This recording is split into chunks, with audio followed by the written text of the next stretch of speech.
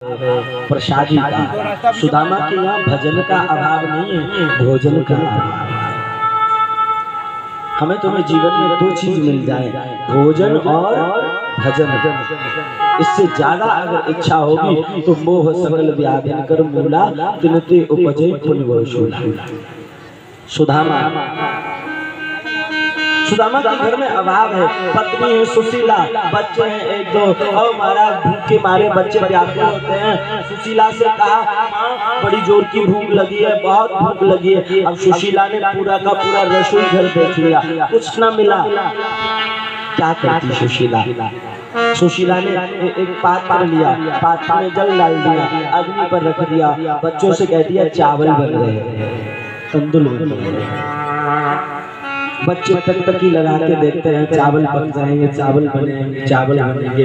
एक घंटा हो गया, जल भाप बन के उड़ गया, पात्र फूट गया, बच्चे फूट फूट के रोने लगे।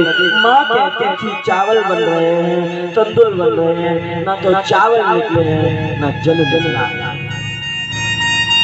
कभी कभी घर में परिवार में इतनी गरीबी आ जाती है कि सुबह का भोजन मिल जाए तो शाम के भोजन की आस नहीं रहती है। और कभी कभी हम और आप इतनी अधमता कर देते हैं कि बफर सिस्टमों में जाकर के भोजन को फेंकने लग जाते हैं।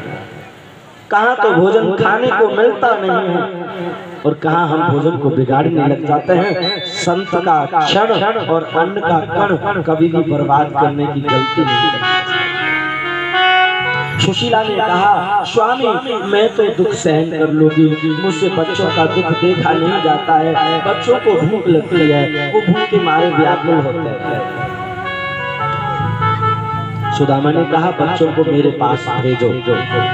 एक बालक को सुदामा जी ने यहाँ बिठा लिया, एक बालक को यहाँ बिठा लिया, एक का सिर यहाँ रखवा लिया। सुदामा जी कहते हैं तुमको खाने के लिए दूंगा।